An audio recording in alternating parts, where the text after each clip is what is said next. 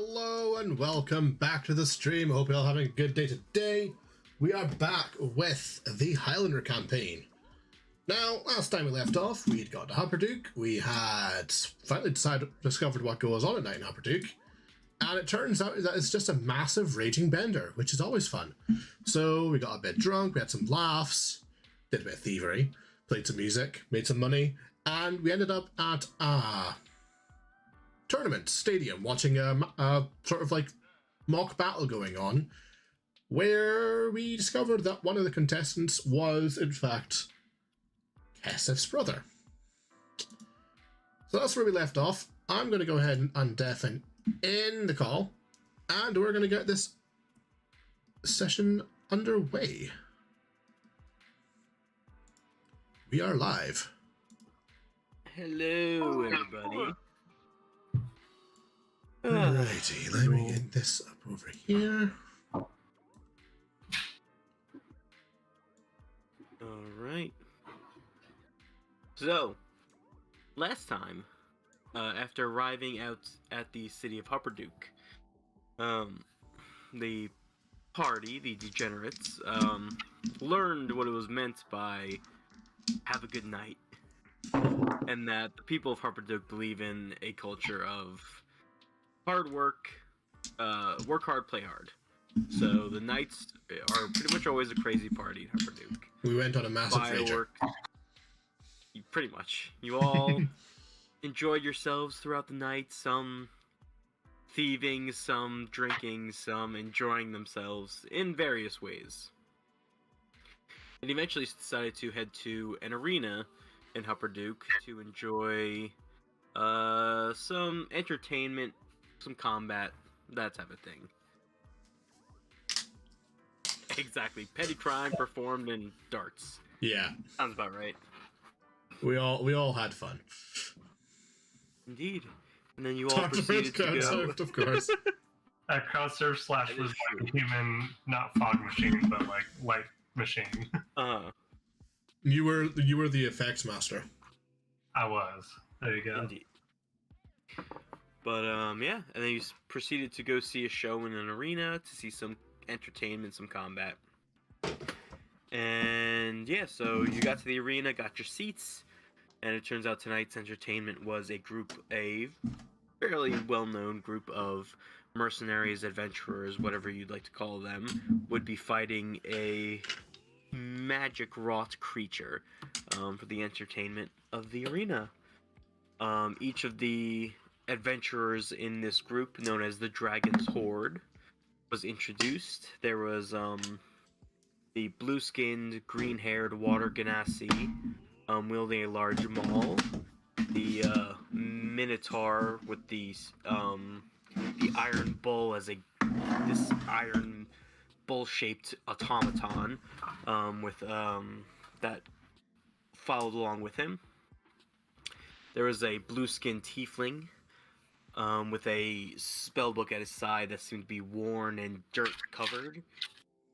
A halfling with two short blades that entered the arena and did various flips and showed off a bit. Yes. And then finally entering was the leader of this mercenary group, known as the Silver Scoundrel, a lean, well-muscled, silver-scaled dragonborn, wearing a long, golden cloak with sleeves like a jacket almost, richly decorated with gems and silver inlay, a rapier and a book holstered on each side as he smiles and waves to the crowd, who Kesef recognized as her older brother, Argent. No name was mentioned, but only the Silver Scoundrel, but Kesef instantly recognized him. We pretty much ended off last time at the introduction of Argent, and as he sort of is introduced and the crowd goes wild, some time is left for everyone to applaud. And the announcer who had been introducing all of the various members of the Dragon's Horde continues.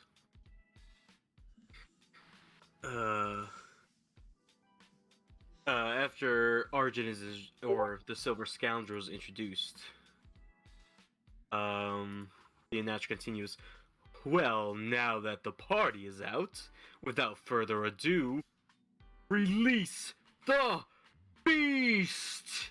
And from the other side of the arena, that's the party had entered from, a large armored creature exits from the large doorway. It's the size of like an elephant. It stalks forward, purple plates covering its back and its body, large claws on each paw. It sports a long pair of tusks on either side of a mouth filled with sharp fangs. It's very feline-like. Think almost like a giant. Damn it. It's a giant saber-toothed tiger, but with no hair, just armored plates. Oh god. It stalks forward, and almost instantly, battle is begun. Torrent, the water genasi with the maul, unleashes a war cry. A burst of lightning explodes from her, and she launches herself at the beast with her maul wielded one-handed. The Iron Bull paws the ground and charges right behind her, with the large Minotaur following behind, but a little more cautiously, a little more carefully, not quite engaging yet, but starts to sort of seems to be almost casting a spell that starts to gather around the party. You see the halfling Faola maneuver behind the beast, swiftly and quietly, as Torrent and the Iron Bull keep its attention, dodging in and out, slicing at its backside, these short swords moving swiftly and just barely able to be seen. You see the tiefling open up his tome, mutter a few words as blasts of this dark greenish-brown energy slam into the side of the beasts, knocking it back into the arena walls, cracking them and forcing them inward. You see the Silver Scoundrel himself sort of skirting around the battlefield. He casts a spell at the beginning of the match with a book in one hand and his rapier in the other. He appears to almost be observing the fight more than anything. He maneuvers around, and you see between this whole group, there's no communication like you would expect from a group fighting in a coordinated manner. No words are spoken. It's just constantly back and forth, but they seem to be moving like in tandem and working with each other, even though they're not talking. You see that there's the beast finally, after the first initial barrage of attacks from this group, it sort of launches its own offensive, knocking the bull back and slamming Torrent, the water genasi, flying through the air. And she flies back and it almost heads directly towards you guys in the arena, and seems to, before hitting you, slams into some sort of energy barrier, before sliding down almost out of view below you, the arena wall covering her. The Iron Bull manages to take this moment of distraction as this creature attacks Torrent and slam to its side. Yaffe moves around and moves towards you guys, towards the wall where Torrent fell, and seems to bend over toward the injured Torrent and cast some sort of spell, as you hear a laugh from this water genasi as she stands back up, the maul swinging in one hand. She grips it two hands and I think because you're so close, you can sort of hear all right, time to get serious. And another laugh and another burst of electricity as she runs forward, the maul going up in the air and slamming into the side of the beast. At this point, the Silver Scoundrel finally joins the battle. A spell is cast that surrounds this monster in a silvery golden energy as it tries to lunge forward, and it just stops, almost being unable to move as the Scoundrel lunges forward with the rapier, piercing, almost moving faster than the eye can see, just slices coming from the beast across the beast's side and paws. And finally, just another leap from Torrent, the Maul, coming down in the air, two-handed as she rises in the sky and slams down on the beast's head, crushing it in a burst of just brain matter and blood. There's a roar from Torrent, as a roar of triumph, as the rest of this group of adventurers surrounds the smashed head and now corpse of this beast. They all congratulate Torrent as she laughs in joyous triumph, and after a few moments of silence, the crowd cheers, and the announcer takes over. And there you have it, folks. The Dragon's Horde did it. What a miraculous battle. And, listen to this. Are you part of an adventuring group who'd want to meet the scoundrel and his horde? Well, you're in luck. You can enter to partake in a battle yourself for a chance to meet this illustrious group. Just enter with your party at the entrance to the arena, and you'll be told your fight time, which will be at some point tomorrow. Enter now for a chance to meet today's champions. Have a wonderful night, everybody. And there's a roar of applause once more as the Dragon's Horde waves to the audience and leaves the arena. And eventually the applause dies down, the body of the beast is dragged off, and the arena starts to empty. And you are left to your own devices. Obviously, I'm still a wee bit tipsy, but I kind of got together just like, guys, it would be real good fun to do a fight in this arena, wouldn't it? What do you guys think? Yeah, we could get to meet those fellas. They seem cool. I like all of us, like, now, yeah, because I think Code would be like, yeah, like, kind of intrigued by the idea of doing that, and everything. And obviously, having found, like, a majority of that Dragon's Horde, I'll be like, yeah. I kind of noticed Kesef kind of thinking, it's like, everything okay, Kesef?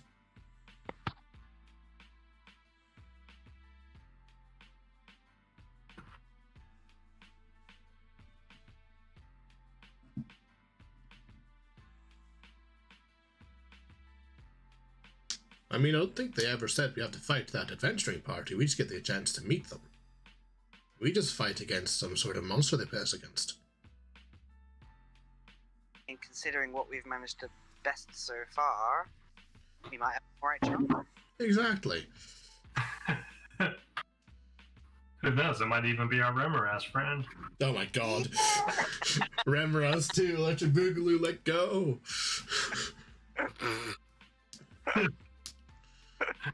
Like, I know this Remoras. I'm gonna rewrite what I had planned.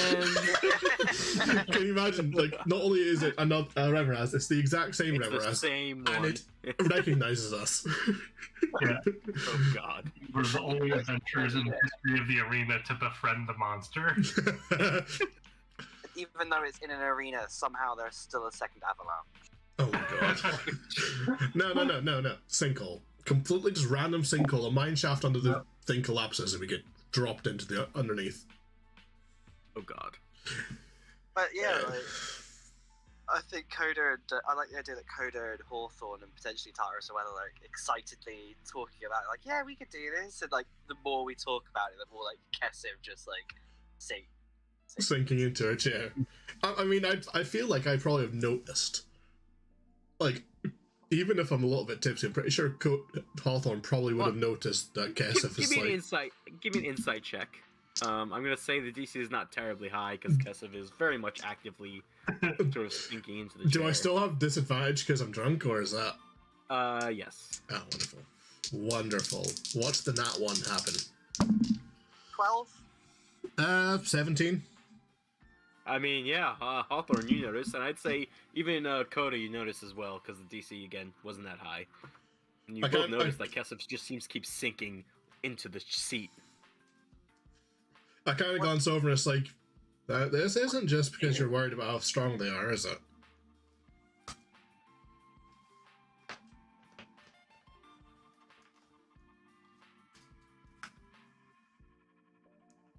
I mean, you're looking quite worried. You're under no obligations to tell us what it is. Let me tell you that. But if there's something going on, we want to help.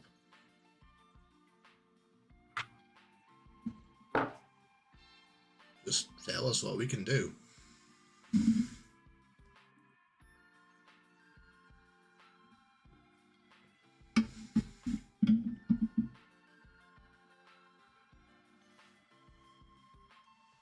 I mean, give me a deception check, Kesef, and everyone who wants to can give me an insight check.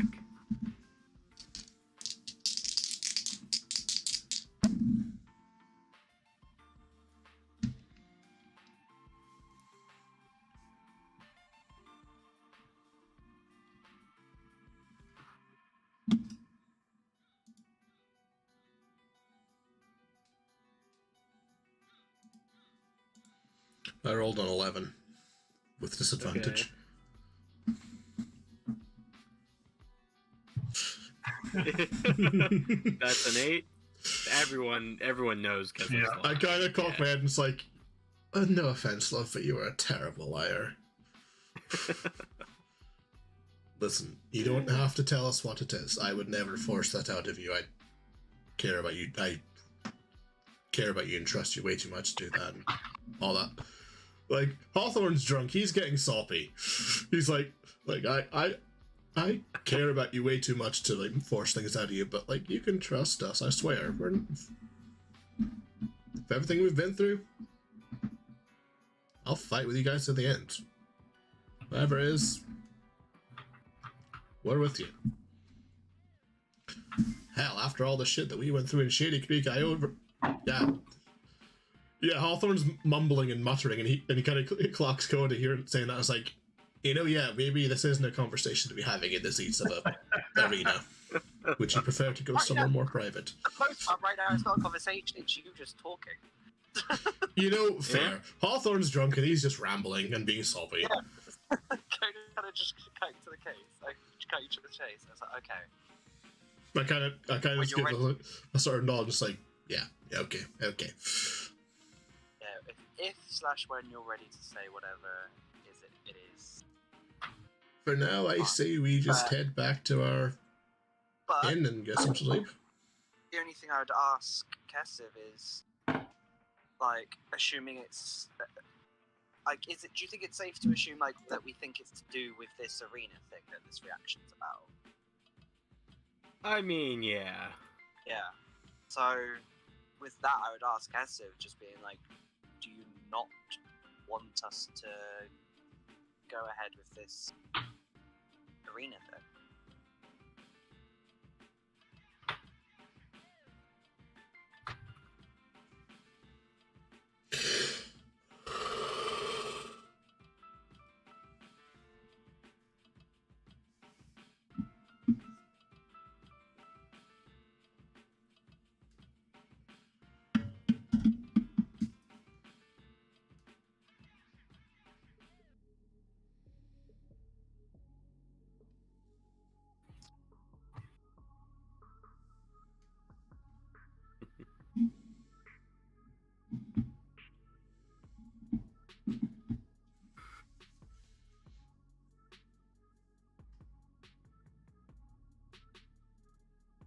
Who knows?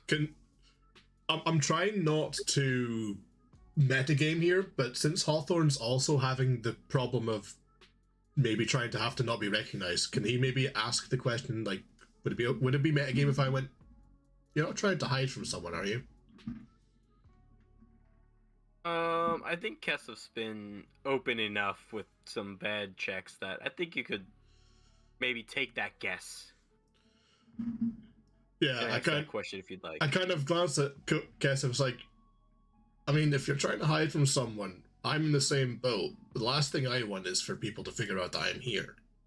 So honestly, maybe doing this battle wouldn't be ideal for me either. Because if people swap me and clock me, we're in a whole lot of shit. The last thing we want is a Cerberus collective realizing that I'm in one of their towns. Cerberus Assembly. Yeah, them. He's drunk. It's fine. Fair enough. Last thing we want is those Cerberus dipshits realizing I'm in their town. So if you don't want to do the bowel, honestly, works out for me too in the end.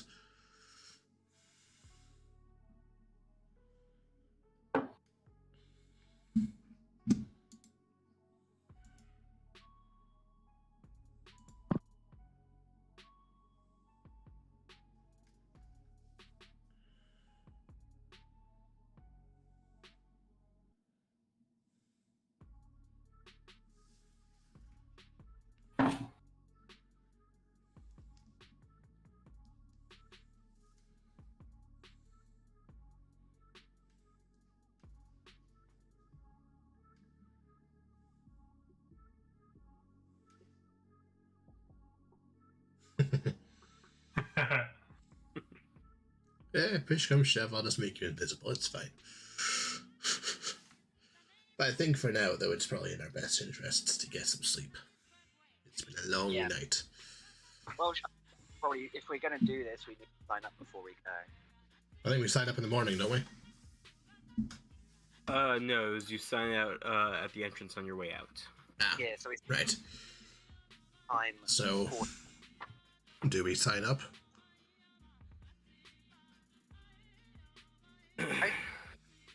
Why not? As long as everyone's alright with that. I can probably make it work. I'll probably just have to use a fake name, but it's fine.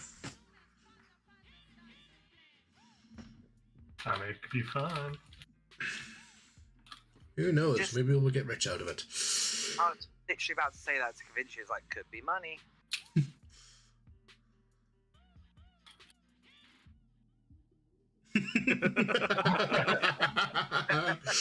Yes, absolutely. I like the idea that they just like put their names backwards and hope that's enough. I mean, in fairness, I'm torn between going full different name or just calling myself Jules. That's actually fun. Fessek. Not terrible, yeah. Suludge doesn't work as well. True. Fuck it, Like, I'm Sully. Salute. But yeah, I'd say we start. Okay, with that, we'll start heading out and at the front desk, make sure to put I think forward. your discussion took some time, so you sort of managed to avoid the initial rush of people leaving. It is now fairly late at night. But you head out, and there's a bored-looking gnome sort of sitting behind a desk that says just tournament signups in crudely painted red letters on just a board. And if you guys approach, he just sort of sits there. As you approach, gets up and says, "Look at Anner." Yeah, if we could. All right. Group name. We are the Degenerates. Right. All right. You see him write something down. Individual names, titles, anything you'd like to be announced as you enter, that type of thing. Sort of looks to Coda first and says, "You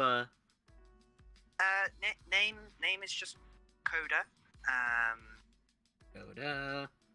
And as for a title, I guess that I don't have one. And he's really, he just sort of had that realization, being like, how would I refer to myself? If I think of one, I'll let you know. The Alright, Hut so just Builder. Coda for now. He said, "Alright, just Coda for now." Alright, just writes down that real quick. It says, "How about you, looking to Hawthorne?" You can call me Jules. Jules, anything else? Any title? Anything you want said? Just Jules. Alright, looks over at Kesef.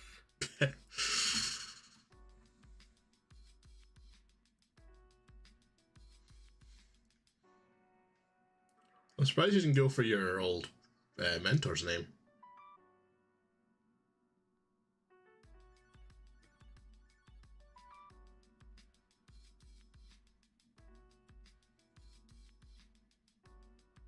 Alright, writes down Brooke.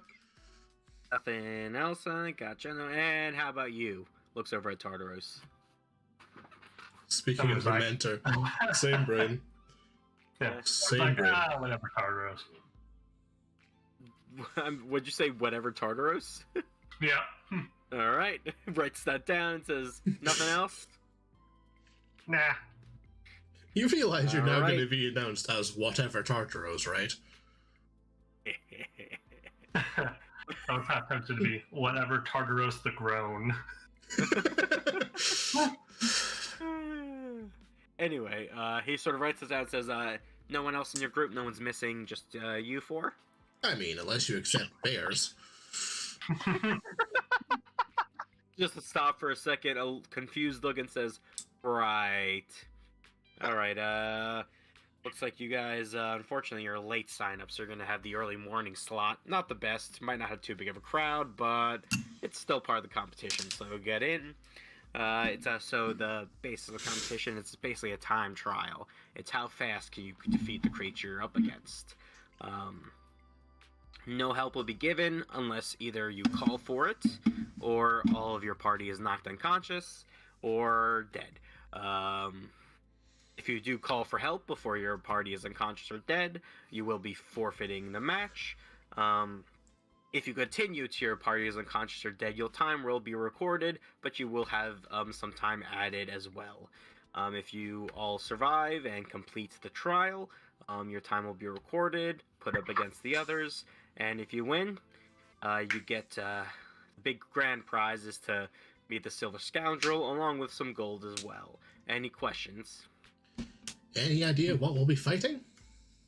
It's different for each group, so no group is fighting the same thing. Can't tell you much more than that. Ah, come on. Can I do a persuasion check to try and be like, come on, surely you've got an idea of what we might be fighting. Come on. Sure. Give me a persuasion check. Is that still with a disadvantage, or is my drunkenness worn off yet? Nope, yeah, you're still drunk. Oh, I'm not sure wonderful. if it's just Coder or me thinking this, but I'm like, if we're fighting, That's that sounds unfair. that's an 11. I rolled a 4 and a 17. That's painful. 11, he says, I really don't know. I don't know myself, even. I couldn't help you if I knew. Sorry. If I could. Sorry, friend. No What'd you worries, say, pal. Coda? Well, it's just like hearing like different, like in my head, I was like different groups fighting. You just went hella muffled, my friend. We're very muffled. Oh, am I? It almost Yeah, sounded you're- like there was like a blanket over your mic for a second there. Oh, strange. But no, I was there thinking like, oh, interesting that like, if different groups are fighting different things, I was like, is that fair or is that unfair? I don't know. I mean, Everything is random, so... And their creatures more on the same level of skill required, decided by a council of judges. It's hard to make it fair, because these creatures are fairly special in nature, depending on, from where we've captured them, so it's hard to, capture multiples of these creatures, so, have to do the best we can, and again, it's all random, so at least you're not purposely being given a more difficult creature or anything like that. Oh, okay, that's fair. sounds good. I asked Very well. I want to ask if people routinely die in these things. Routinely, no. Are there a few deaths each year? Yes. We do have clerics. We have who's on standby to heal any unconscious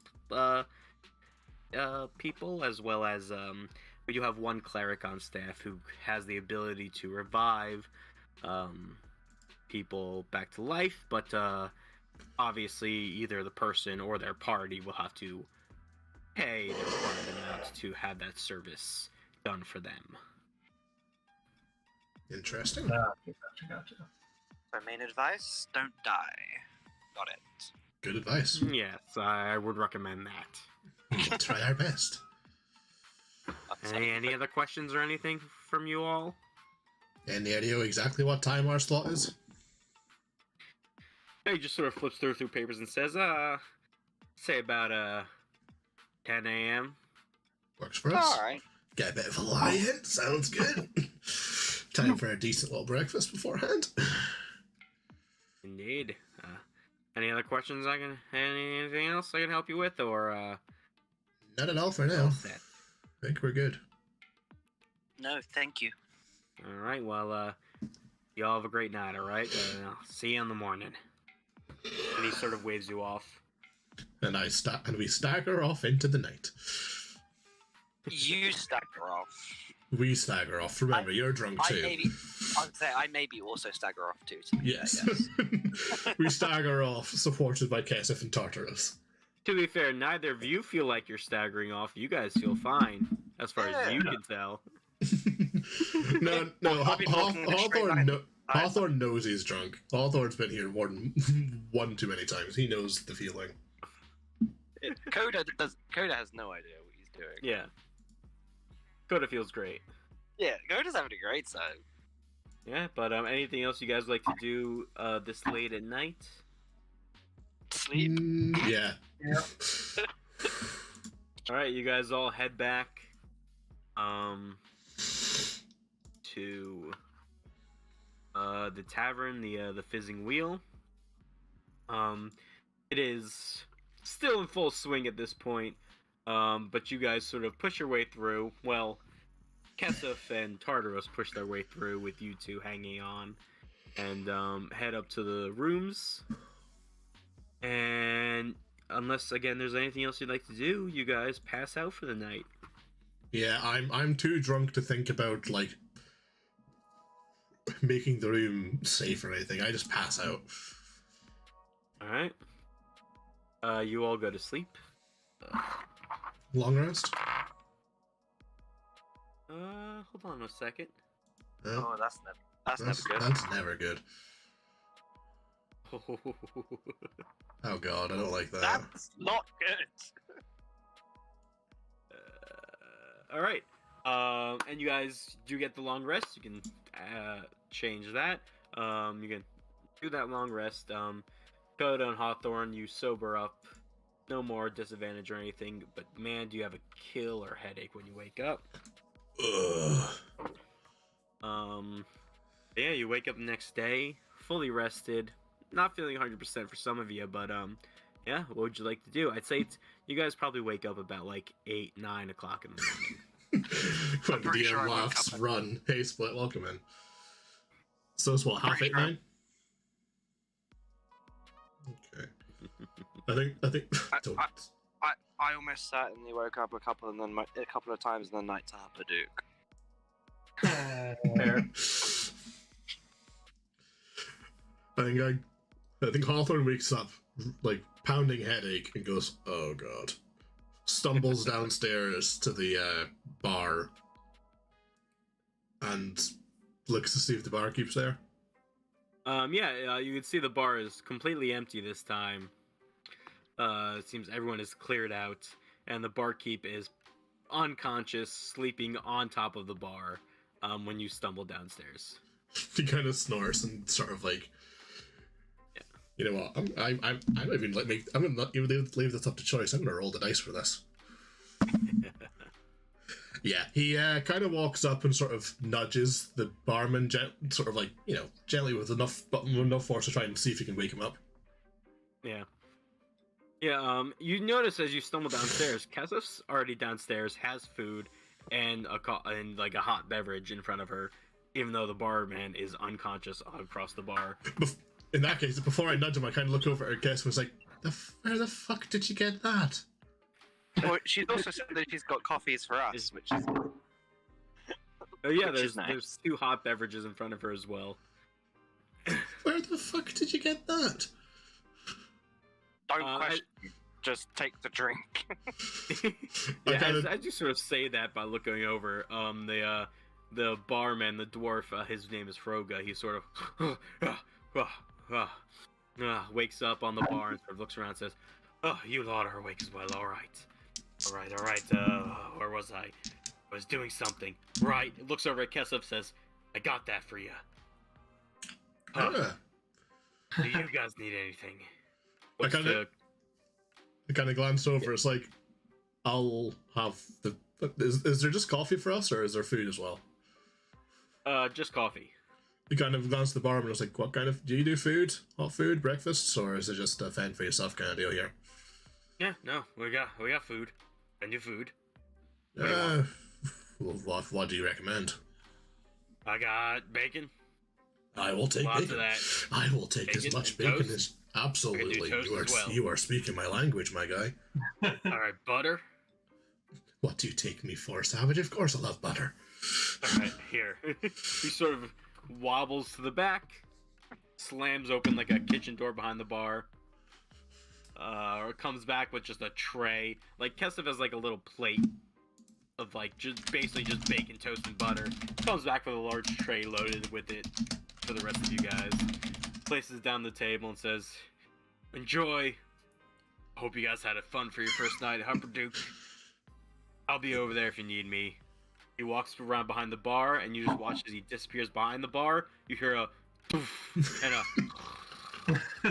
just snoring.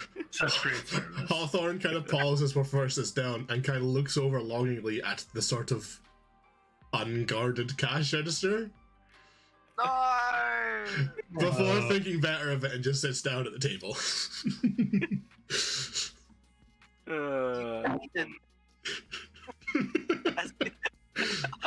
Because I think it's quite obvious when the Hawthorne's like got like this the thieving mind on. I actually think Kesef genuinely puts the hand out and goes back. I think that was also kind of just saying she's back from warming up food, but it also works. Yeah, no. It really does, yeah.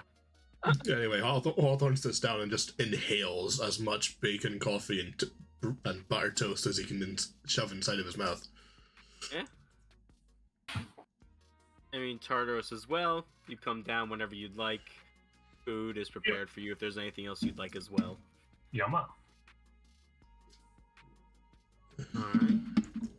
Yeah, you guys enjoy a breakfast. Coda and Hawthorne feeling a little better with the food and the coffee. Kesef enjoying breakfast as well, along with Tartaros. You guys finish up. It's probably like, 9:30ish.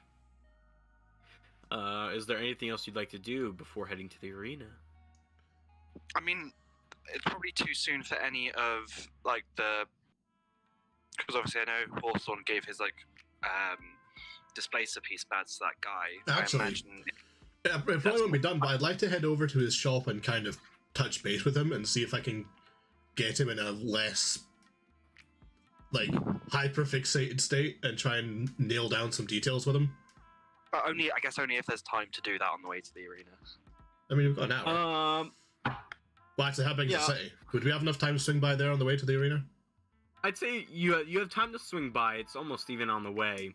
But you kind of get to that shop. You get to a Sizzle's shop, Sizzle Surprises. And it's fully closed, locked, and there's a sign on the door that says closed. Yeah. Balls. Oh, well. Let's go. Not Salazzle. Not Fizzle. Yeah, fizzle sticks. Sorry, sizzle fix. I was thinking of like Rizzle Kick, like that really bad band. Like, Oh, well, in that case, I think it's time we just go to the arena and check in for our fight. Alright, yeah. You guys can easily head to the arena. As we're walking, I think it'd probably be worth us actually strategizing, because most of the time in fights, I feel we kind of just wing it. Which is the best strategy. But we're fighting for an audience, it might be worth having a little bit of strategy. My strategy is throw fireball. That's a perfectly valid strategy. You're a caster, so you kind of just throw massive DPS at it. I'll try and get close and stab it in the back. Yeah, see? Kesef shoot things. Tartaros, just be fabulous. You know it. We keep things simple. Okay. Roll so much damage. Strategy done. All right, let's go. That was strategy talk. Okay, cool. Well, here's the strategy. We group up and we hit it till it dies. What is there to be said? Even better. Love that idea. We believe in KISS. Keep it simple, stupid. Yeah. I mean, in simplicity, I'm the close range fighter keeping the thing's attention, and everyone else is just pummeling it with range attacks. While Coda flings around Bardic Inspiration to keep stuff alive. I just like the rogue saying, "I'm the close range fighter." I mean, sneak Keeping the attack. attention. Sneak attack. Steady aim. I don't like. The thing is, I'm running steady aim. I don't need to move. But we don't have a tank in the party, is the problem. I'm the closest thing to a tank, level 9 with 74 hit points. I really need to get Hawthorne a shield. It's fine. You guys don't need a tank. It's fine. Kill, immolate, scorch, steal. I mean, Jadaji, how useful was our tank our session last night? We had a tank, and someone managed to die. We've not had a tank, and we've lasted 2 years. I mean, yeah. See, fair. I'm telling you, you don't need a tank. Who needs those? Exactly. Yeah. So It's like yeah. Fair. It's like how we don't have a clear healer. Like, how is it nice? How have we Literally only put had DPS, one party death, and it got reversed by sheer fluke? God, I still can't believe Yeah. that. Anyway, continuing on. Anyway. Strategy. Yes. The strategy. Group up, hit till it meeting. dies. Yeah, done. Oh, God. My strategy is to just, not be the one that gets knocked out. Mhm. Yeah. Oh yeah, I know what you're talking about though. Don't worry. I don't like that. We can sort of figure that out as we go.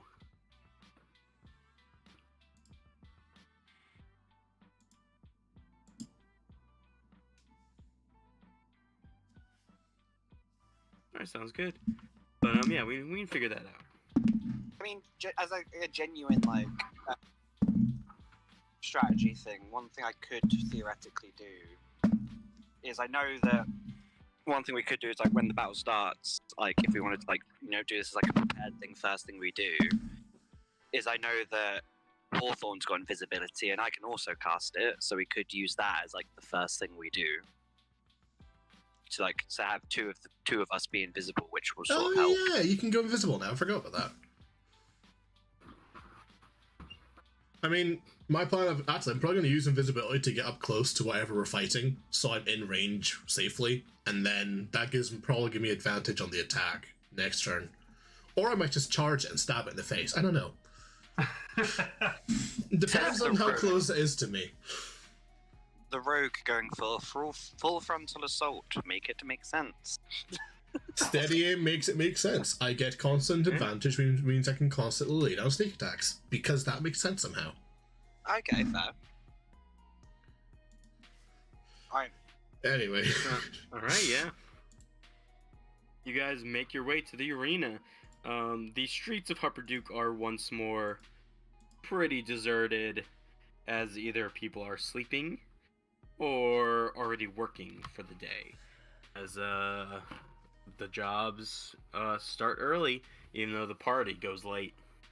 You do see a few people, stragglers, moving to jobs with like steamy cups of coffee or some other energy booster or stimulant in their hands as they scurry by and move around through the town, but I'm mostly deserted. Eventually you make your way to the arena, and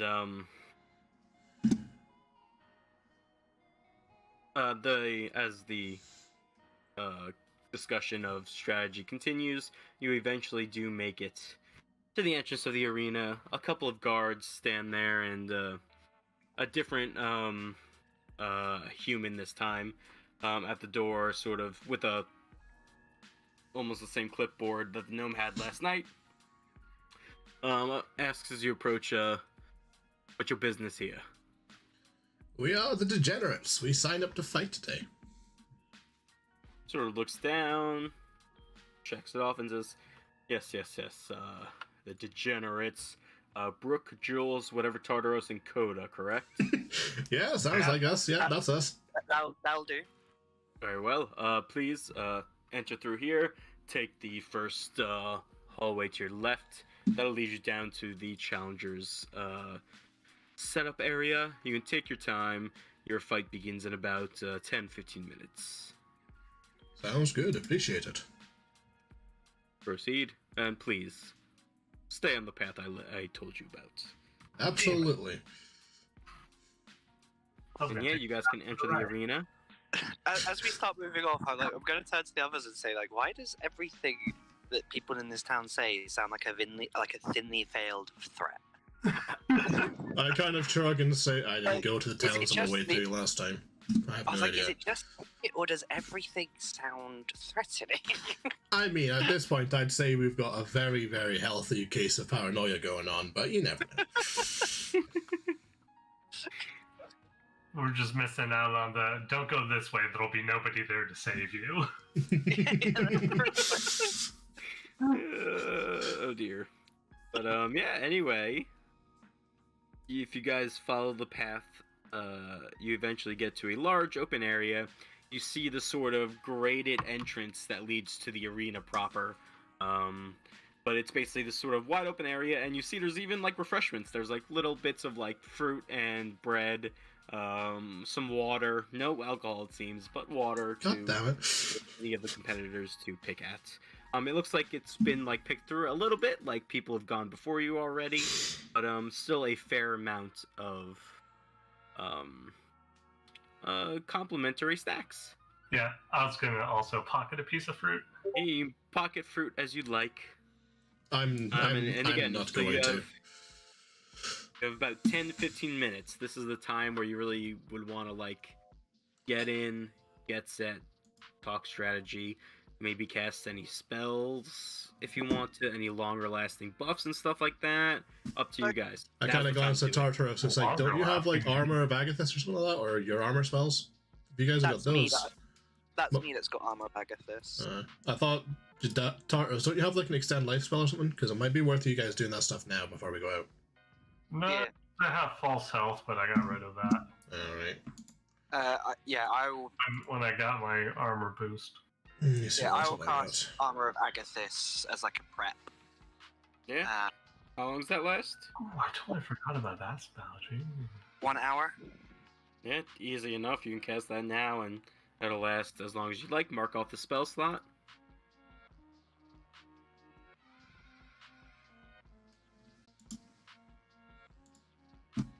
And would like to do besides the armor of Agathis being cast? I was going to ask about concentration spells because I can't remember.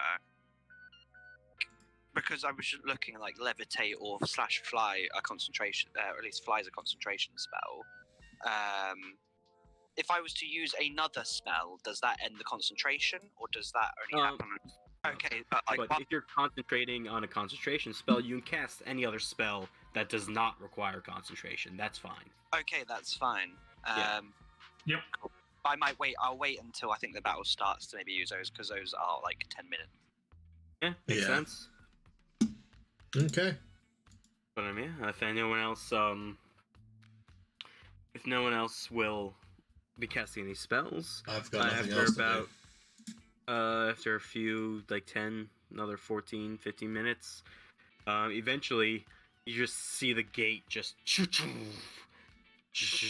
and the ratcheting of gears and chains as the gate starts to rise up, and you hear sounds like a different announcer from the other night, but an announcer calling out, and next up to fight, we have a little known and upcoming group called the Degenerates.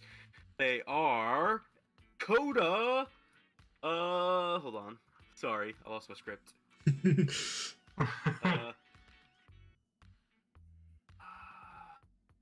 I'm imagining this is the announcer who's lost the script and he's like fumbling in the announcement box. Like, no, play along. That's definitely what's happening. That's exactly what's happening here. Damn it! I closed my freaking page. This is exactly what's happening, Jadaji. The guy's lost the script and he's like, oh fuck. We've got like this announcer's like first day on the job, and he's got us. Yeah, right. I'm pretty much because we'll go with it. He says, you hear like a shit. Coda the Magnificent. Whatever, Tartaros the Mysterious. Jules the Cool. And Brooke the Wavy. We kind of glanced at each other like, the fuck did we just witness? I got Magnificent. I'm fine. I mean, I got Jules the Cool, sort of but still. Exit out into the arena. You see it's barely filled. You think there might even be a few people who are still unconscious and sleeping from last night. You see up on the sort of announcer's podium a sort of young, scrawny-looking human. He seems to be shaking for whatever reason. Sort of almost scared to be up there, even though there's pretty much no one watching. I yell up, "Good job, kid! Keep going!" Gives you guys a shaky thumb up. And that's Jules the Cool, thank you. Oh, I thought it was cool. It is the cool. I mean, Yeah, I do look kind of ghoulish, but come on.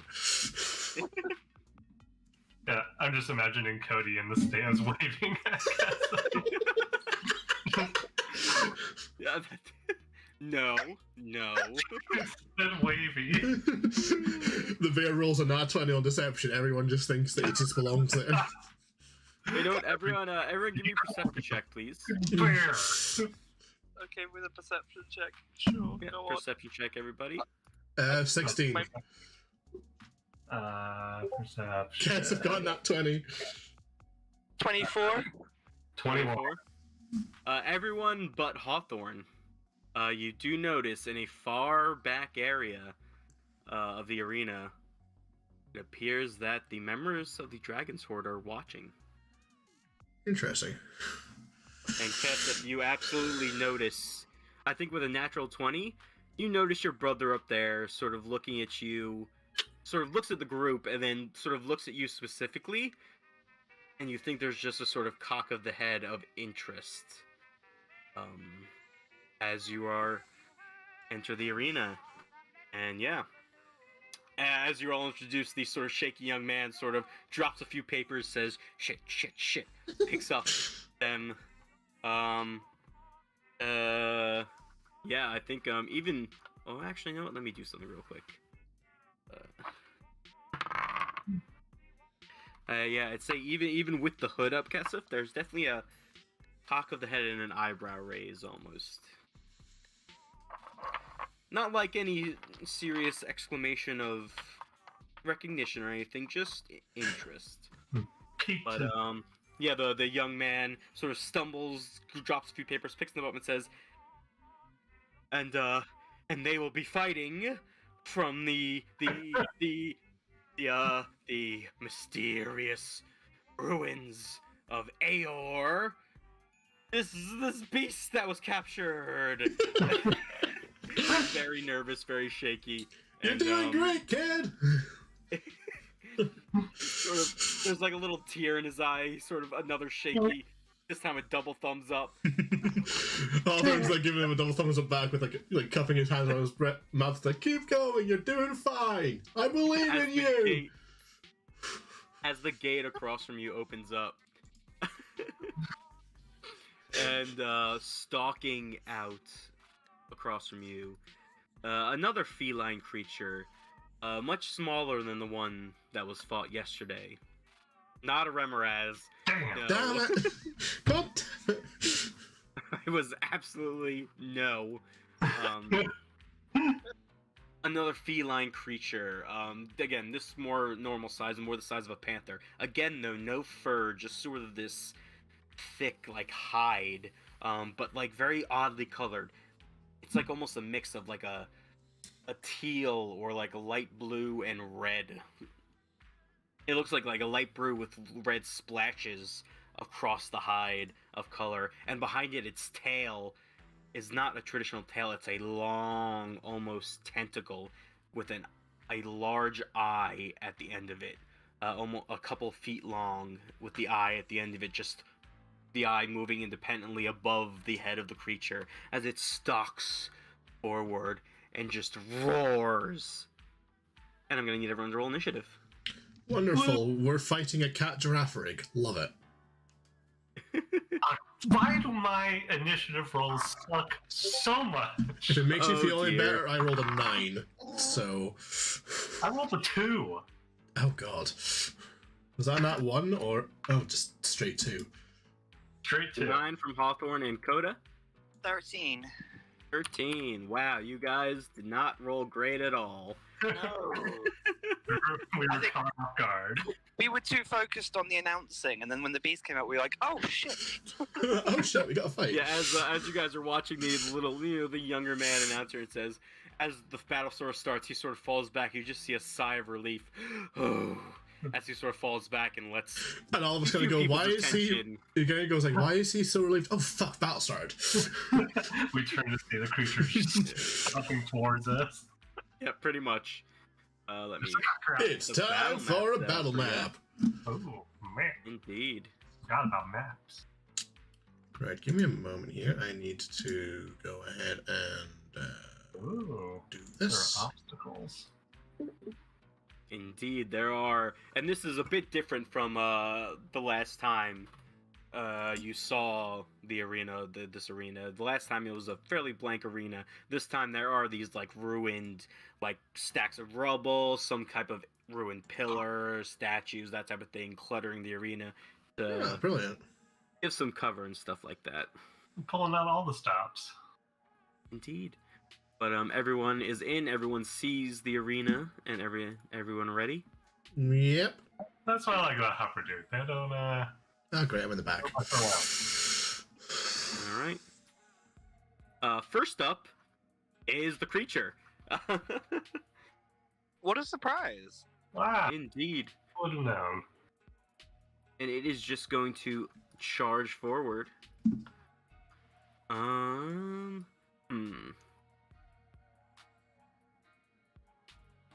It is going to charge forward and disappear from all of your sight around the other side of this rubble. And I'm just gonna move it off the map because you no longer see it, and that is the end of its turn. Next up, Coda, you're up. Interesting. If I was to use like, I guess like 15, 20 feet of my movement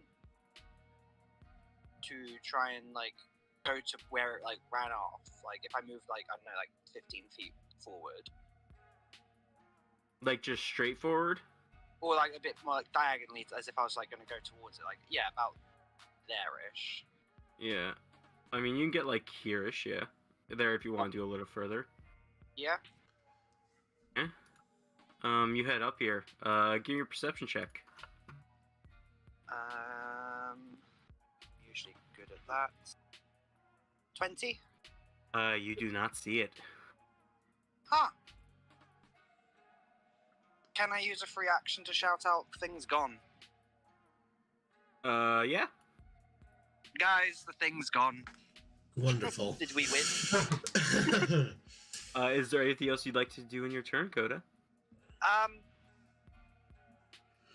guess at that point, I guess just to prep something, I will use a bonus action to give Bardic Inspiration to, let's go with Kesef. How do you inspire Kesef? What song do I perform?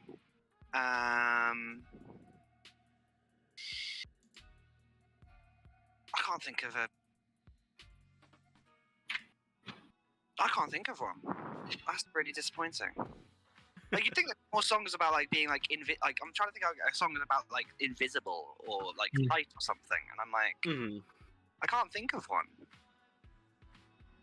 I got nothing either. No, that's crazy. Fair enough. We'll say you inspire Kesef. Yeah, just a stat. Like Coda's like you can see him like trying to think of a song. He's like, oh, I can't think of one. So he just like he freestyle. He He makes just one up. goes, "You got this, Brooke." All right, Coda. That was the end of your turn. Hawthorne, you're up. Right. Okay, dude's gone. That's kind of horrifying. We're just going to go ahead and go invisible for the first time in a little while in combat. All right, you're gone. And I'm kind of going to stalk south 5 feet Yeah. and then take 25 of my movement left. So. Get me About kind of there? there, yeah. Yeah. Give me a perception check. Vroom. Perception. That is a solid 15, so I probably see sweet fuck all. Yeah, you don't want to say anything either. Anything else you'd like to do on your turn? There's nothing else I can do, really. Let me just check here. Can't do any of that. Don't really want to do any of that. Doesn't use me to help me right now. Yeah, I can't really do anything else. Alright. Next up is Kesef. What would you like to do?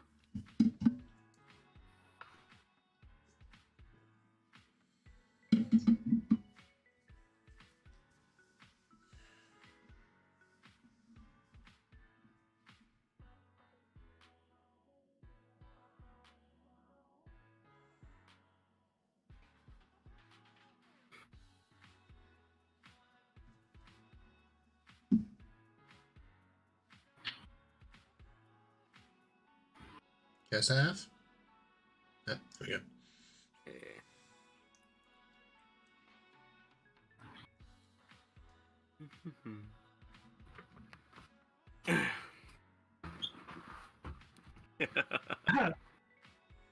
I mean, do you think it'd be useful? It's up to you guys. Up to you.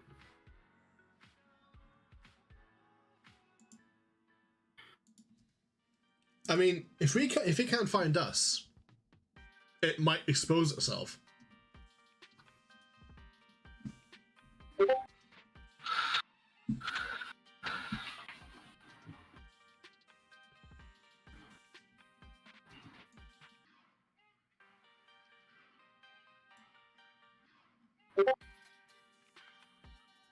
Alright, what's the range on that? Just out of curiosity? 30 feet? If I'm not mistaken, I don't... Yeah, okay, so you can get everybody. You all have passed without trace on you. What does that do? Plus 10 to stealth checks. Because I definitely need that. My stealth modifier is a plus 21 just now, then. Yeah? I could casually roll a max of 41 on stealth. Kesef said any creature, so is it just one? Or is it all within range? Any Yeah, creature it of works for multiple choice. creatures. So yeah, you all have passed without trace. Sweet. Guess if you can still move if you like. Do we have to stay within 30 feet of her? Or...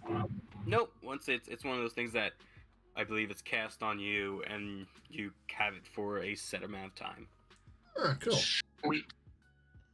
Not bad, not bad.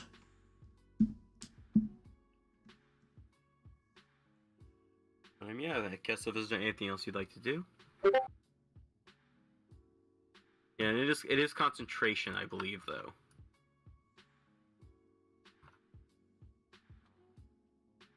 Yeah, I mean, which way would you like to go around the rubble pile, Kesef? If you want to head towards where the creature was last seen. The bottom. You can get like here. That's good. Alright, give me a perception check real quick as well. You clearly need more than a 20.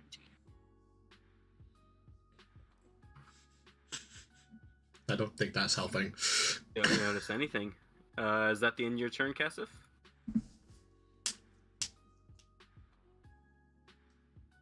Alright, Tartarus, you're up.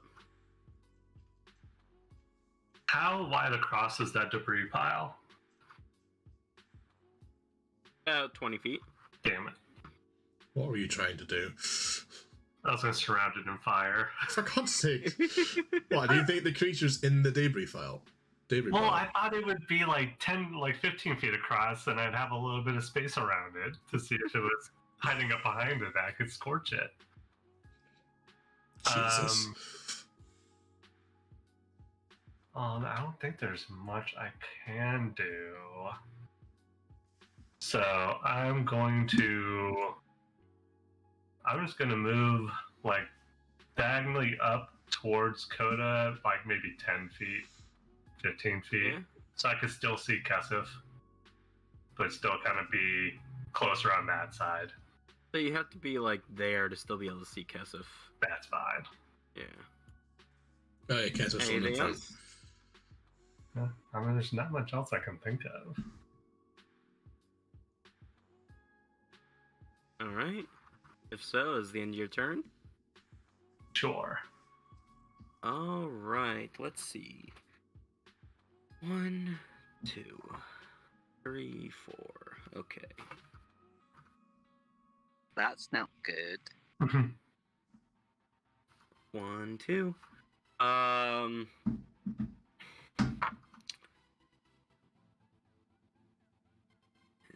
20. Leaping out of the rubble pile onto Kesef is this creature with a yowl. It almost pushes out from underneath rubble, like it somehow piled rubble on top of itself to stay hidden.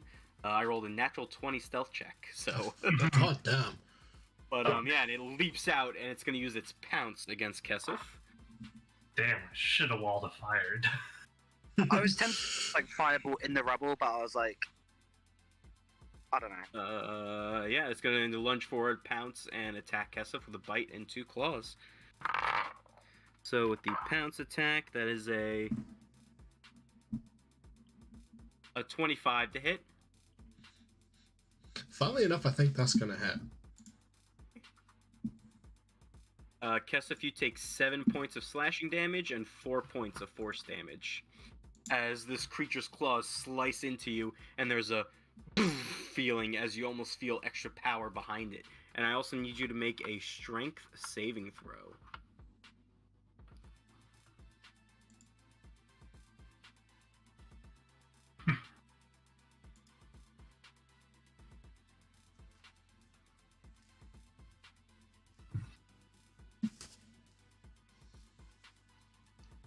Oh dear. Yeah, that is a failure. So with that extra force, you feel yourself pushed back and into the ground, and you are knocked prone as it makes one more claw attack and a bite attack against you. These with advantage as you are prone. So first the claw attack. That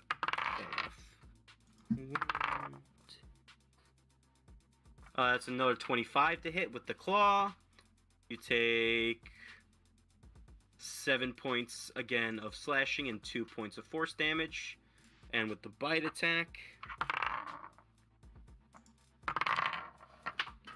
that is once more a 25 to hit. And with the bite attack, you're going to take 10 points of piercing damage for this one, and 8 points of force damage. Oh god. As this thing just leaps out, lunges at Kesef, and starts slicing into her. And knocking her to the ground in the process. Which attack did you know the damage for?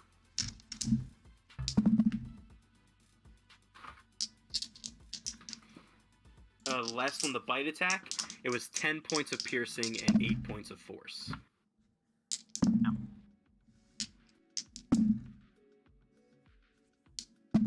And that is going to be the end of its turn, however, and Coda, you hear the roar and the sound of a body hitting the ground and claws slicing, but you can't really see anything at the moment, but it is your turn. Okay, I would follow around the rubble, Yeah. find the source of that noise.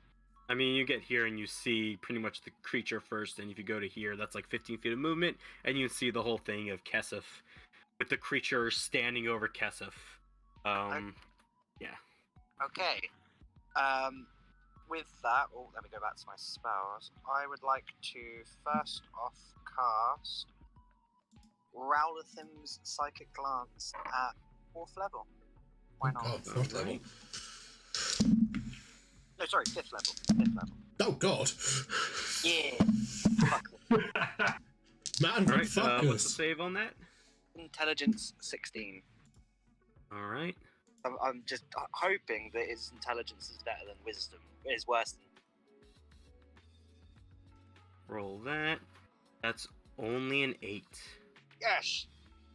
So, first off, this thing takes. Yay, dice! 23 points of psychic damage. Can I have you make a dexterity saving throw for me, Coda? Whoa. Yes, but I'm not happy about it. Oh, 7. You watch as you fire off the psychic glance of this creature, and the eye on the end of the tail jolts towards you, and you watch as the beam enters the eye.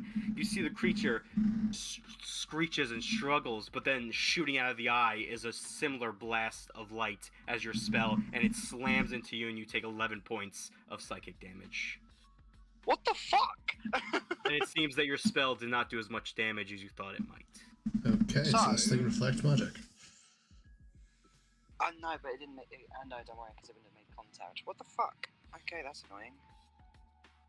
That's really annoying. But any other effects from the psychic glance do still take effect, so let me know what those are. Okay, cool. I was really worried about that. So, because it failed, it's incapacitated until the start. Yeah, the start of your next turn? Yeah.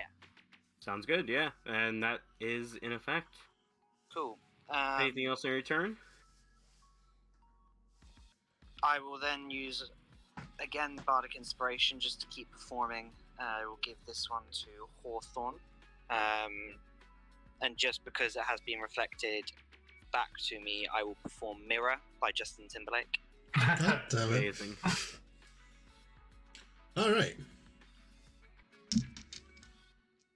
Yeah, Like, alright. Cody's like still reeling from like that being reflected back to him. He's like, what the fuck? It's not okay. Indeed. Next up is Hawthorne. Me. Alright, well, still invisibly, I'm gonna sneak up to the creature. Alright. And I'm going to attack it with the Manticore dagger. Do I get you can easily do I get up to it advantage here. because I'm invisible? You do indeed. Sweet! Come on, dice, do me good. 22 to hit. That absolutely hits. Roll damage with sneak attack. Okay, first of all, dagger damage. Oh, balls. Actually, no, wait. It's too late to say I cast a spell, isn't it?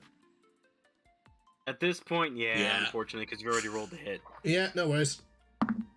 Okay, that is 6 points from the dagger. 4 for dice for sneak attack. Ooh, 12. And that is 12, 13, 14, 15, 16, 17, 18, 19, 20 points of damage from sneak attack. Whew. Yeah, you coming out of invisibility, taking the creature by surprise, jam the dagger into its back and slice across, leaving a gash that just spurts out this like thick purplish blood that starts to seep down the side of its body. But yeah, a very good hit on that one. Is there anything else you'd like to do, Hawthorne? Is there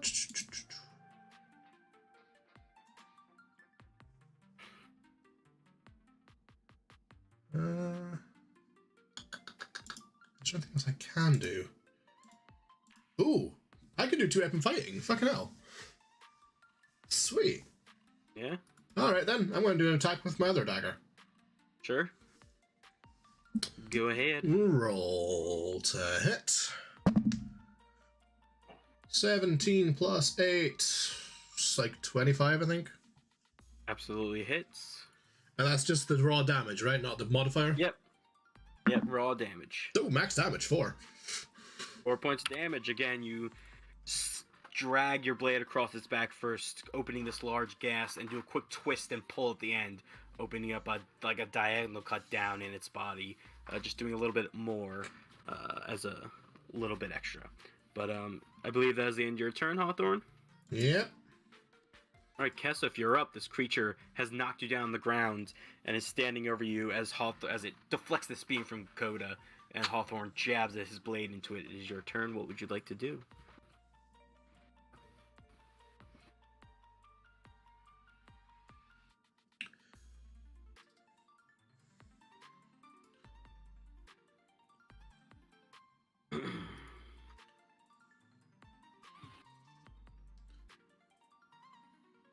Would Hawthorne be able to tell that it's, like, incapacitated? Yeah, I think so. Would I be able to take a free action to say, just to sort of go to Kesef, it's safe to move back? I mean, yeah. Like, I say that to Kesef, it's like, it's safe to back up. Yeah, if you'd like. But if you were stabbing from the ground without standing up, then yeah, it would be disadvantage.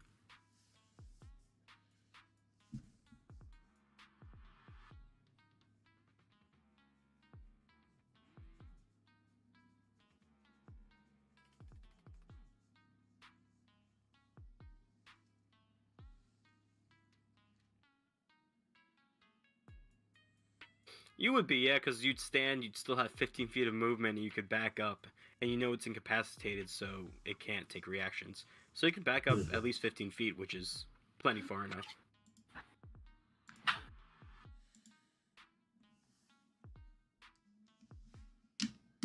You can stand up, back up 5, 10, 15 feet. I'll move you down here so you have a better view. But yeah, you stand up, push yourself back, pull out your bow, and yeah, you're free to attack. Yeah, as a bonus action, you can bonus action Slayer's Prey it. The shadows coalesce around this creature ahead of you as you mark it as your prey. And yeah, you have your action to attack.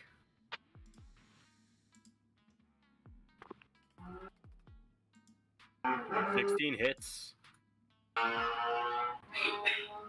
Vroom. I was gonna say, someone's had a good time. Yeah. I live right in front of the road. That'll do it. That's fine. So yeah, don't forget your poison and Slayer's Prey damage on this.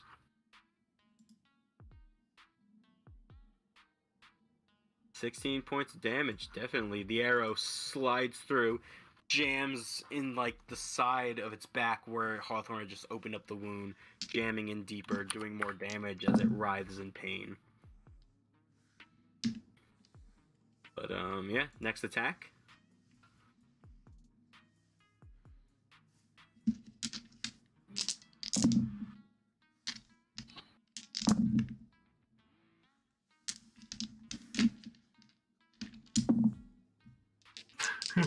A 16 hits though. So wait, you did 16 to hit, 16 damage, 16 to hit again. Yeah. But yeah, that hits. Roll damage, this time just your longbow plus poison damage.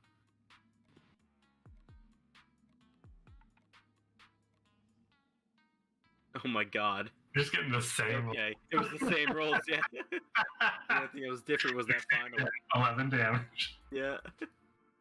But yeah. 12 points of damage again as the second arrow follows the first, quickly jamming into its shoulder, its front shoulder, and its leg, and it sort of reaches over with its other paw, snaps off that arrow, and just growls in your direction.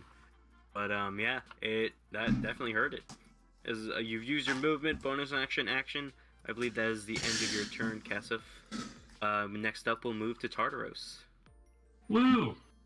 Well, that kind of changed what my initial plan was going to be, so I'm just going to move kind of towards Kesef a bit till I can see the creature. Yeah, you can move down, like, I'd say that like 15 feet down there, and you get a good angle on the creature from there. Sweet. Cool. Cool. I wonder if this would do anything. So I want to...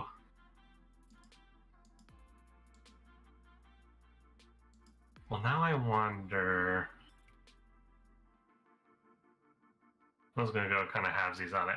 So I'm just going to third level chromatic orb it. Yeah, roll a hit. That's a 21. Definitely hits. Roll damage, and what kind of damage? Let's go... I don't know. Lightning damage. Sounds good, yeah. Roll damage. Ooh, pretty good damage. 22. Ooh, very nice. You throw out this sphere of electric lightning energy, and it slams into this creature, sending a shock through its body as it sort of twitches and just twitches and can't seem to find its standing. as it sort of tries to keep standing up, but this muscle is not obeying. But yeah, definitely seemed to hurt. Anything else you'd like to do in your turn, Tartaros? I think I'm good. All right.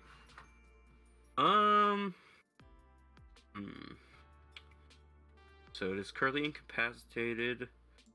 So it can move, but it can't do action. Can't take actions or yeah.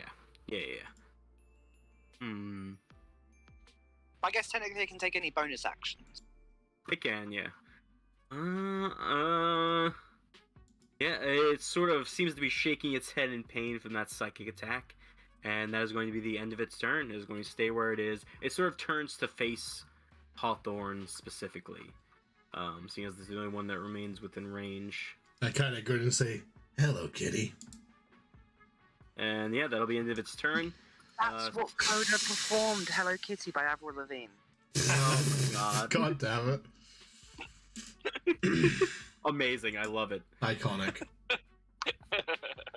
But Coda, is your turn. At the top of your turn, is not incapacitated anymore. At the top of his turn is when Coda goes, "Oh, that song! I should have done. Pretended that one." That's what it was. See, I kind of want to try to incapacitate again with the psychic class, but based on the fact that he got jumped back at me, I don't know.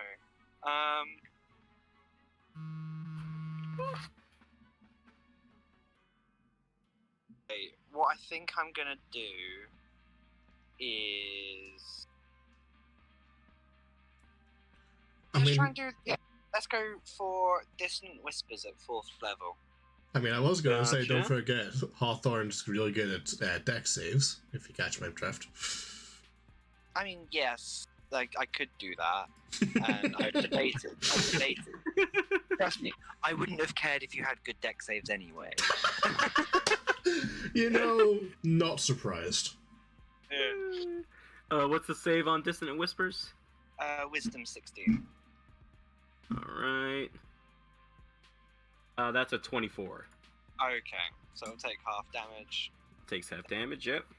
and that will be 10 points of, again, psychic damage.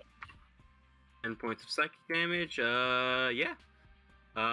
You sort of whisper out. It seems to recover from the previous attack on its mind, and as the sort of whispers that you send out sort of enter its ears, its mind, it sort of shakes it off and looks over at you and just hisses and snarls as the eye on the tail specifically is watching. You see it as it sort of floats between you and Tartaros. Is it quite clear why it's going between me and Tartar? More or less. Yeah, I wonder why that is. Is there anything else on your turn you'd like to do? Let's hit the trifecta. Let's give Bardic Inspiration to Tartaros. All right. How do you inspire Tartaros? I'd sort of be like, I remembered the song, and then that's when I perform Hello Kitty. Amazing.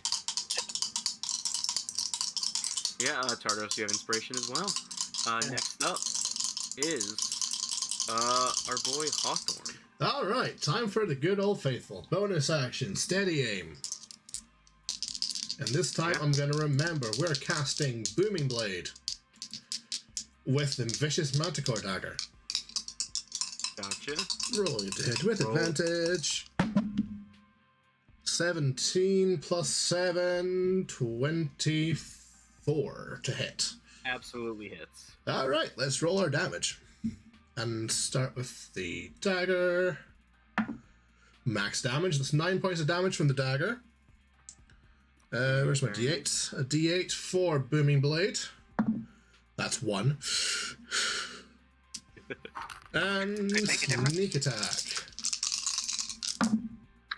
Ooh, 6, 7, 9, 10, 11, 12, 13 points of damage from sneak attack. So Fair enough. 22, Still 23 focusing. points, I think, total. Still focusing on that area that you've already sliced open. You bring the blade down again, jab it into the side. Another gash opens up the side of this creature as it's trying to avoid you, but you've sort of taken your time to observe it and jam the blade in. More of this thick purplish blood starts flowing out as it bats your hand away after the attack and just crouches in front of you. It looks very hurt as blood seeps down its sides. But I believe that's your movement gone because of the bonus action taken, and in action, I believe that's the end of your turn, Hawthorne. Yep. All right, Kesef, you're up.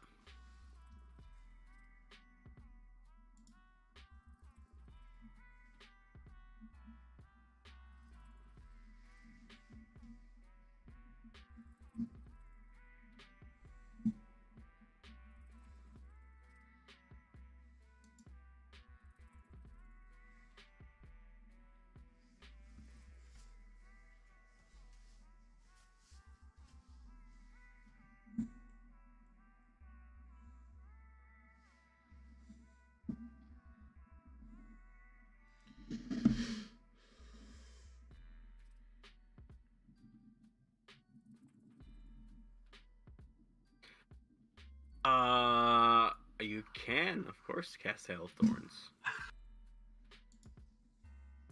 I forget what that Just does.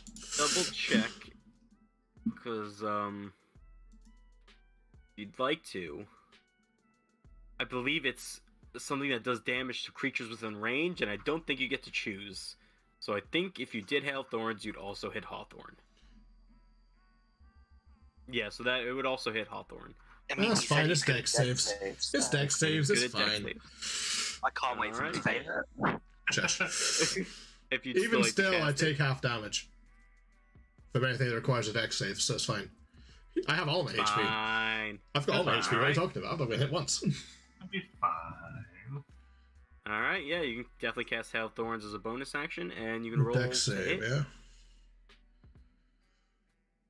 Well, let's see if she hits first. Just- Alright, I thought it was me. I thought it was everything made a dex save, right? Yeah, but she has to hit first, Yeah. and then the dex save happens. Gotcha. If I'm not mistaken.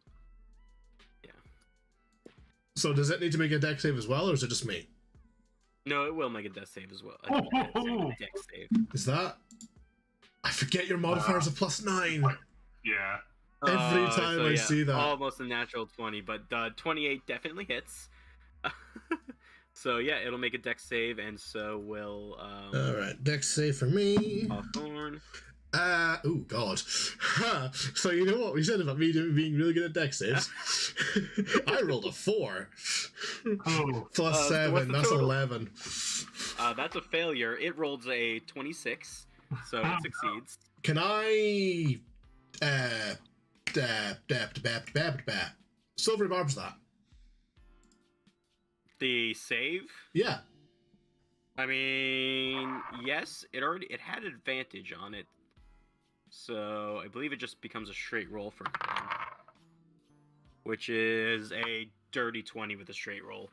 It's fine. I get the second It's still bonus. I give myself advantage on my next attack roll. It's fine. There you go.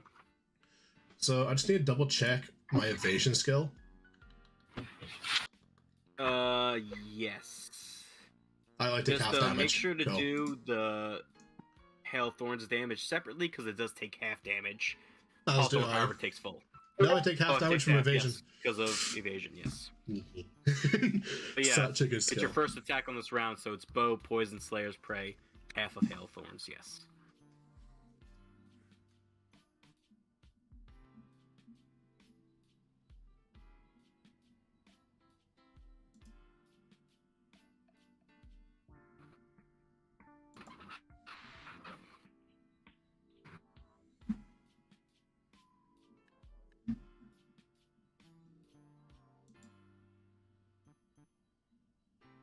Oh.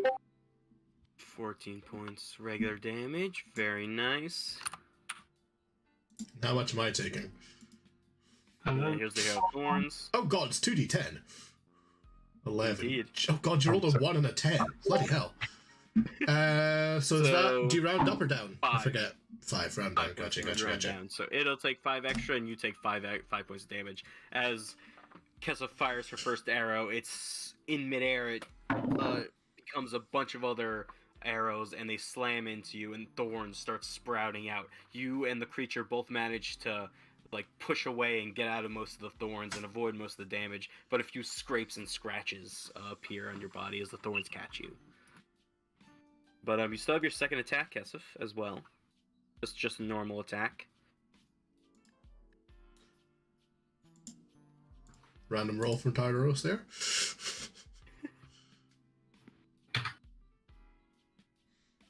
The second arrow, unfortunately, however, goes by and misses. It manages to duck down underneath, and the arrow flies over its head. That was a retroactive roll. Ah, yeah, Wild Magic Surge 4. There you go. All right. Oh God. Makes sense. But all right, Kesef, I believe that is the end of your turn. Wait, I can't believe you rolled a natural 20 on that Wild Magic Surge roll. That's an unfortunate waste. I know, seriously. But anyway, it's the end of Kesef's turn. Tartaros, you're up. All right. Well, I am going to probably stupidly, but why not, do a 4th level chromatic orb. All right, roll a hit. Oh, that almost rolled a 2, but a 27. 27 hits, definitely roll damage, and I need you to give me a dexterity saving throw, please. Yeah, that's why I said this might be stupid. So that's 37 damage. Jesus. Sheesh. I rolled a couple of 8s on my I see a 7 and 2 8s. God damn. and then my dex saving throw is a 9. That is a failure. You watch. What type of damage was this? We'll go thunder again, since it seemed to work. Yeah, this thunder or lightning. I think you did lightning last time. Whatever I did last time. Yeah, you launch this ball of lightning again, expecting to hit it again, but this time you see the eye swing around, get in the way of the ball of lightning, and it absorbs inside of it and launches out back of you. You see some of the lightning go through the tail and into the body of the creature as it takes some damage, but you take 18 points of lightning damage as the ball of lightning shoots back and slams into you. I could take it. Anything else on your turn, Tartaros?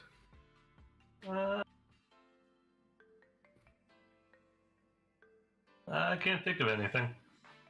Alright, next up it is the creature. You watch as the sort of tail at the end, already aimed at you, Tartaros. You see as it starts to glow a deep, like, purplish, like, red color, and a blast of energy shoots out at you. A 27 to hit. Oh, good lord. Yeah.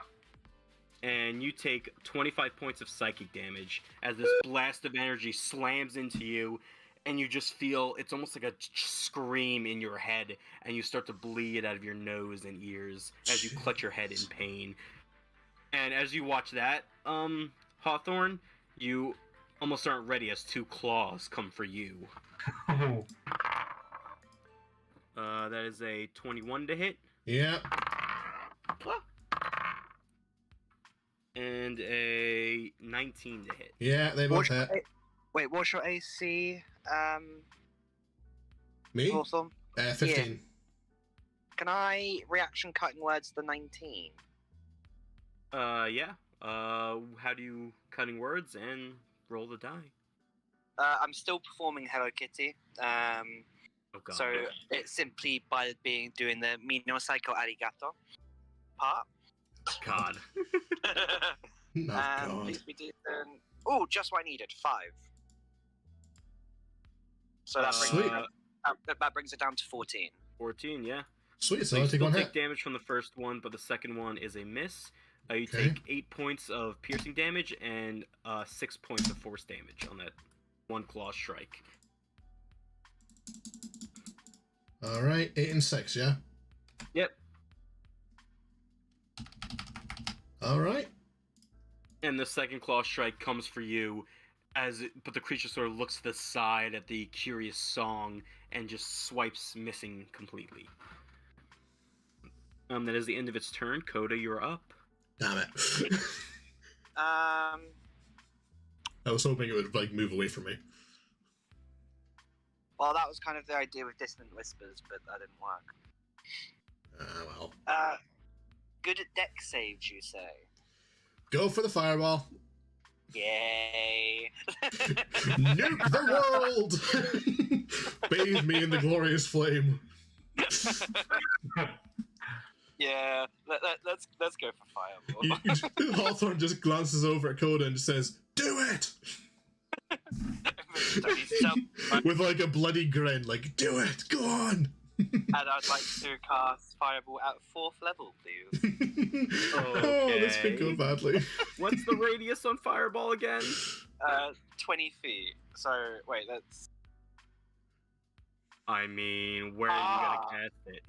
Oh. You might want to move back a bit first. Yeah, but then also. Move back a bit and then drop it to somewhere where it just hits me and the creature, or just hits the creature. You could do that. Yeah.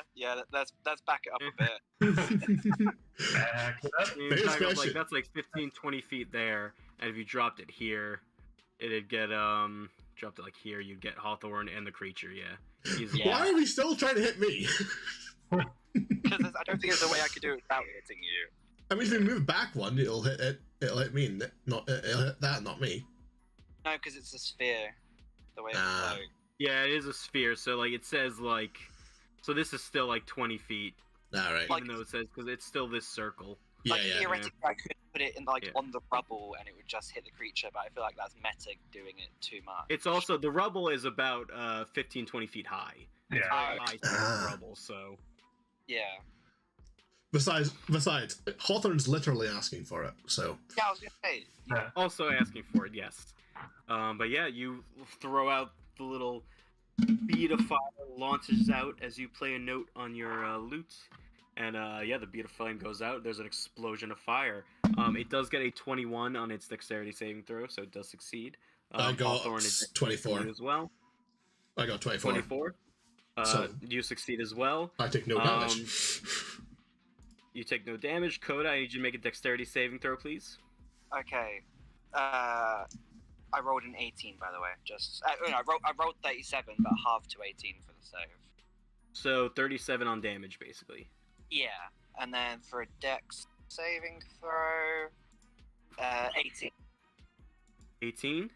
Yeah. That is a success. Hey.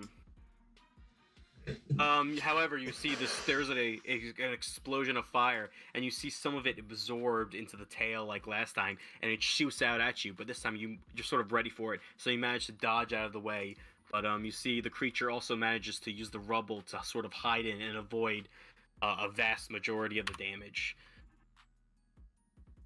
And yeah, it sort of stumbles up against the rubble, hiding behind some larger rocks, avoiding most of the damage, but it looks very, very, very badly injured. And did you say Hawthorne took no damage from that? Yeah, Yep, that's evasion. So, I take so if I fail a dex save, I take half damage. If I succeed, I take no damage. wow. Yeah. So yeah, So, like- Hawthorne just like sort of ducks down, hides within a cloak, as the fire just sort of spreads over his body, not doing much damage, not doing any damage at all. Like, when like the fire. I just kind of stand up unscathed, just sort of batting the flames off my jacket. Can I turn? For the end of my turn, can I turn to the announcer and be like, "Can you say something about that? Because that's cool." You watch, the announcer isn't watching you. He's not even like, you can't even see him on the pedestal at the moment. He's sort of hiding in the back. Wow, we need more recognition for that. I kind of glance at Code, it's like, the last thing we need is recognition, dickhead. But yeah, Coda's the end of your turn. As a free action, I'm gonna start performing a song. Just that I don't know how it goes, but it's just called "Jules the Cool." Is the Amazing. For God's sake. Hawthorne, Alright. you're up. Well, I don't need to do steady aim because I've already got advantage. Indeed. My whole plan was hoping it would move away from me during its round, and then I'd go for the reactions attack, and since I had advantage, I'd be able to do sneak attack on it. Yeah, how'd that work out? I've still got advantage, don't I? Fair enough. And we are casting Booming Blade again before I forget. And the roll is 19. Well, 19 plus 7, 26 hits.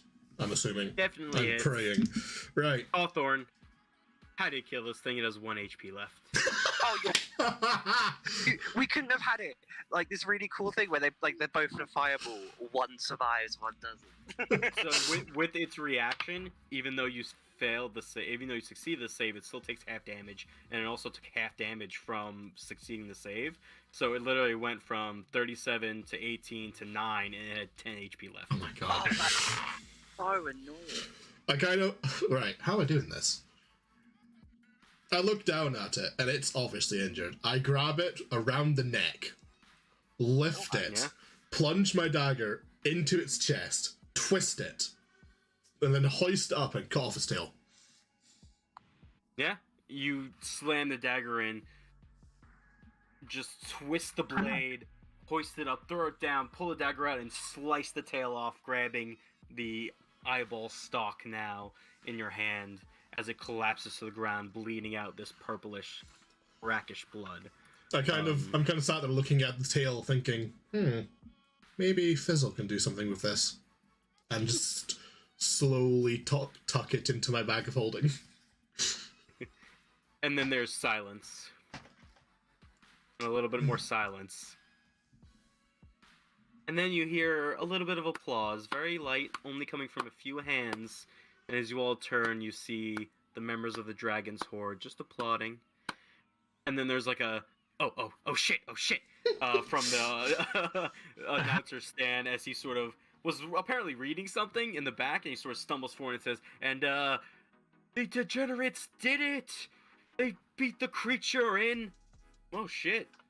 Checks the time, oh wow, in 20 seconds! That's a new record out of the 2 people that have already gone, but it's a new record! And then there's sort of silence again for a few moments. Again, the applause of the 4 members, or the 5 members of the Dragon's Horde. And then, like, just another cough, and then, you guys are good. You can go now. Good job. The announcer up top just waves. I kind of flick the blood off my dagger and just kind of nod to the others and say, let's get out of here then. I feel like a small bow would come from Coda. I feel like that's like the right thing to do at that moment in time, and then just walks off. Kesef, give me a perception check. There's also that little bit of Hawthorne that really wants to taste the creature's blood, but... Of course you do. But I'm not pulling that shit in the stadium. That's for backwoods Hawthorne to do. With 5, you noticed the silver scoundrel is watching you. Even with a... You see you don't see a specific look. Yeah, you eyed the stand, but you don't see any expression on the face. It's too far, you can't see, but you see the face turn towards you, and it's very clearly you specifically. And as the degenerates leave the battlefield, leave the arena, and head back into the little reception area, that is where we're going to end tonight's session. Alright. Next time we'll see what happens at the conclusion of the arena and how the other groups do, and whether the degenerates will be able to meet the illustrious Dragon's Horde. But yeah, hope you guys had fun. That was great fun. The main thing I've learned this session is I should cast Fireball around Hawthorne more often. Oh yeah. Man can tank that shit. Did you not know about my evasion skill? No, I mean, I knew you could like easily take half damage from dodge like that. I didn't know about a deck save. Hey, take no damage. As standard, I take half damage from deck saves if I fail. So you're kind of like the tank us. You can just run in there. I've got specific. My only problem is wisdom is my absolute crutch. Anything to do with wisdom saves, I'm shite. So hold person, that kind of stuff completely cripples me. So what I'm seeing is I'm smart, but I'm an idiot. I'm intelligent, but I'm an idiot. And don't be fanatic static. That's fine.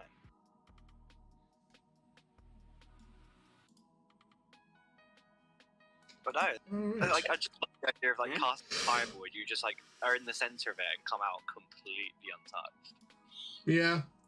I mean, I took a bit of damage from the Hail of Thorns, and then took an attack from the creature, but like, Yeah. Yeah.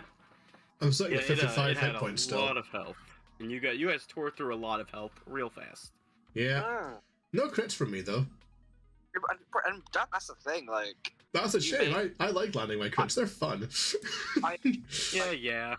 that tail thing, was that just like takes half damage from magic all the time, or is that like a reaction that it's got? That was a reaction. I'd say it's definitely a reaction because Yeah. that's why I did 3rd level the first time, because I figured it probably had a reaction for that.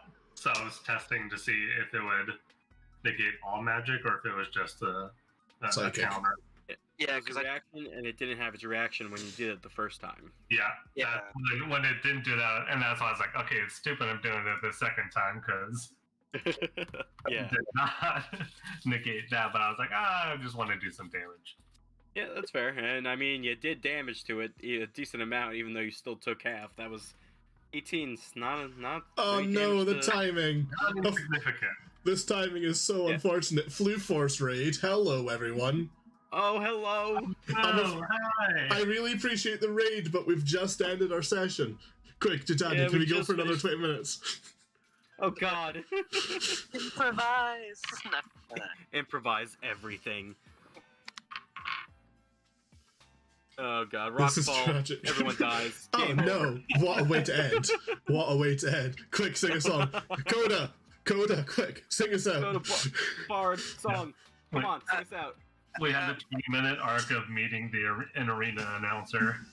Mino psycho arigato kawaii. Oh, for God's sake.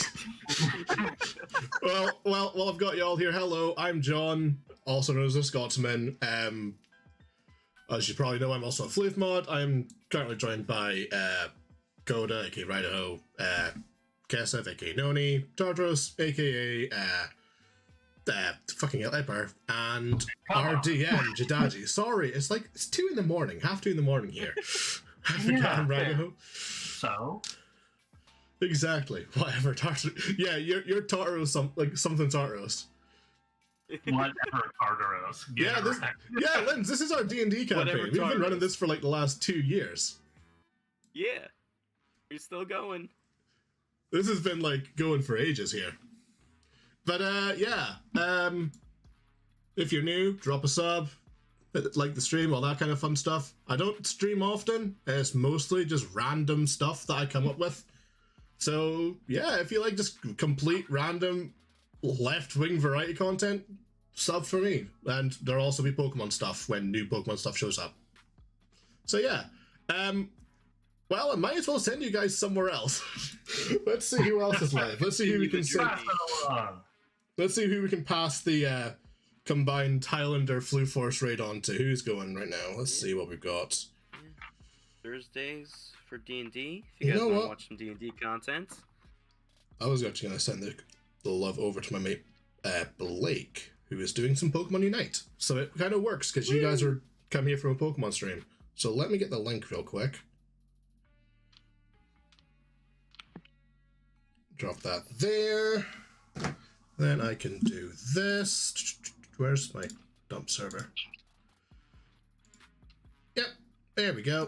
Bye, Copy Ryan. that. Bye, Night, buddy. everybody. Right, so yeah, we're going to go ahead and send the raid over to my good friend Blake, aka Ghoulishly Gengar. They are doing some Pokemon Unite right now with some friends of his. That's the wrong button. There we go. That's the link. Go show him some love and hit him with that hashtag Scotsman Raid. And yeah, thanks. I really appreciate the raid, Lind. The timing was unfortunate, but it is what it is. I hope you all have a great night, and I will see you guys next time. Peace out. Bye. Friends.